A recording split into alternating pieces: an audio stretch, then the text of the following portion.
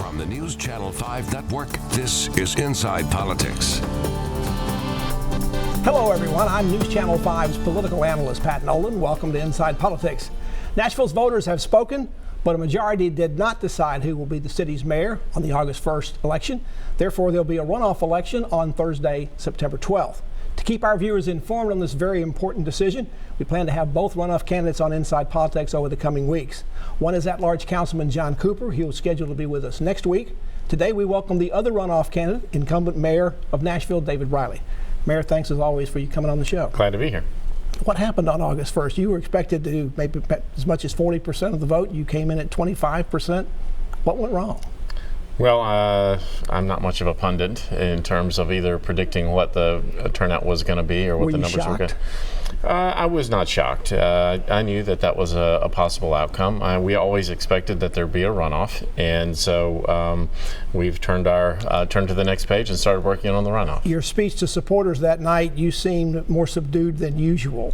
Was that because you were trying to get your? Were you not prepared for what you were going to say that night, even though you were 10 points behind? Well, no, that's not the point. I mean, I think people call me subdued sometimes, other times they don't. I'm not much on navel gazing on that. I just like to move forward and try and fight for the city I love. When we had you and the other mayoral candidates on during the general election, we asked the question why you would be better than each one of the other candidates. So now that we're down to one-on-one, why would you be a better mayor than John Cooper? Well, I think there's a fundamental difference between the two of us. Councilman Cooper has demonstrated in his 4 years on the council that he's inclined to say no to everything, including investing in neighborhoods. And what I've done in my both in my 8 years as a council member, my public life and private life here in Nashville, and the last 17 months as mayor, is to demonstrate that I will help this city get to a yes. That is good for everybody who lives here, and that's what I've been trying to do. So the city has a real fundamental choice between somebody who is going to look in the rearview mirror and somebody who is going to try and move the city forward. You went on the offensive this week in a speech you made to supporters and also sending out a news release calling BS on your opponent. Now, you didn't say BS, you used the full word. That's pretty strong language. Is that appropriate for a mayor or any public official to say that in a speech and then send out a news release about it? Well, I consider it to be a colloquial expression, and I think people need to understand how important this election is. People need to get fired up about the choice the city has. We can either decide to turn around and ignore the fact that we're becoming a bigger city and not make the investments necessary to take care of more people, or not, and that's what this election is all about. These comments you made about the councilman and his record in the council, is that going to be the major thrust of your campaign? Are we going to see some TV ads about this, online ads about it? How are you going to continue to bring this message out? Well, I'll continue to answer the questions that are presented to me, and I'll continue to try and get the community to focus on the fact that if you look at our records, one of us has tried to move the city forward, and one has consistently said no to every single opportunity we've had. The language that you used, are you in any way concerned that people will be offended by that language and won't hear your message? Well, I think in this context, where I have an opponent who can outspend me 10-1 if he wants to, I'm going to have to use some means that might not be typical in Nashville.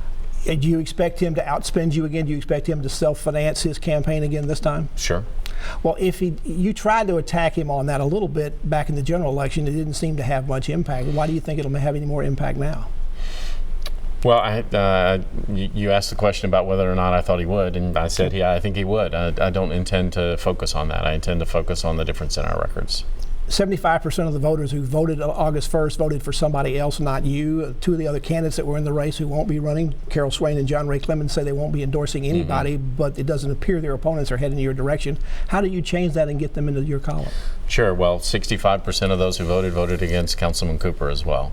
And so the issue right now for the city is to decide where we want to go. And I think the city deserves to have the opportunity to hear two versions of what the city can be in the next few years. Cooper campaign this week released a poll, an internal poll that they had that shows them with a 33-point lead over you. They say the campaign is up by more than a 2-1 margin.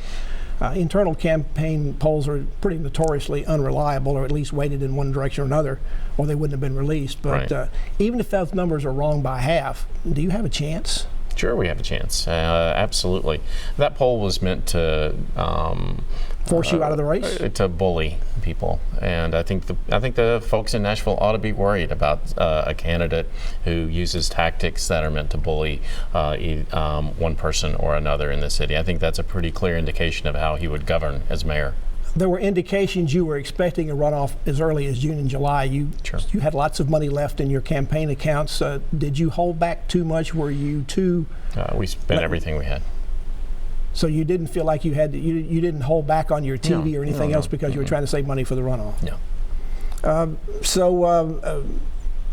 Do you have some concerns on your own campaign? There are people who are looking at who you're raising money for to run your campaign. You have to run yours with other contributions.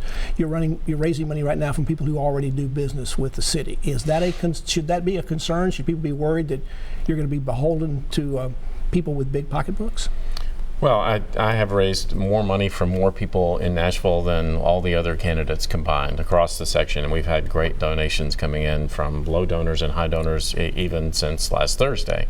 I think what the city ought to be more concerned about is somebody who is not beholden to anyone other than themselves as mayor. And when you have somebody who self-funds and they have not made a commitment to anybody or talked to anybody about where the city's going to go, I think that's what ought to concern people more than having donors from all across the city helping me get elected. I've not seen any ads for you back on TV after August 1st. When will you start with new ads, and what can we expect to see in them? Well, you'll have to hold your breath on that in terms of what it's going to be, and the campaign staff makes the decision about when they go back up. So you're not involved in making that kind of decision? Oh, sure, I'm involved in making that kind of decision. I'm just not going to tell you what it is yet. Okay. There was some reports in one of the media, I believe in the scene, that you were a little bit surprised when suddenly you decided this BS thing was going to be used in your ads, and at least in the news. It was going to be used at least in your news release. Is that right?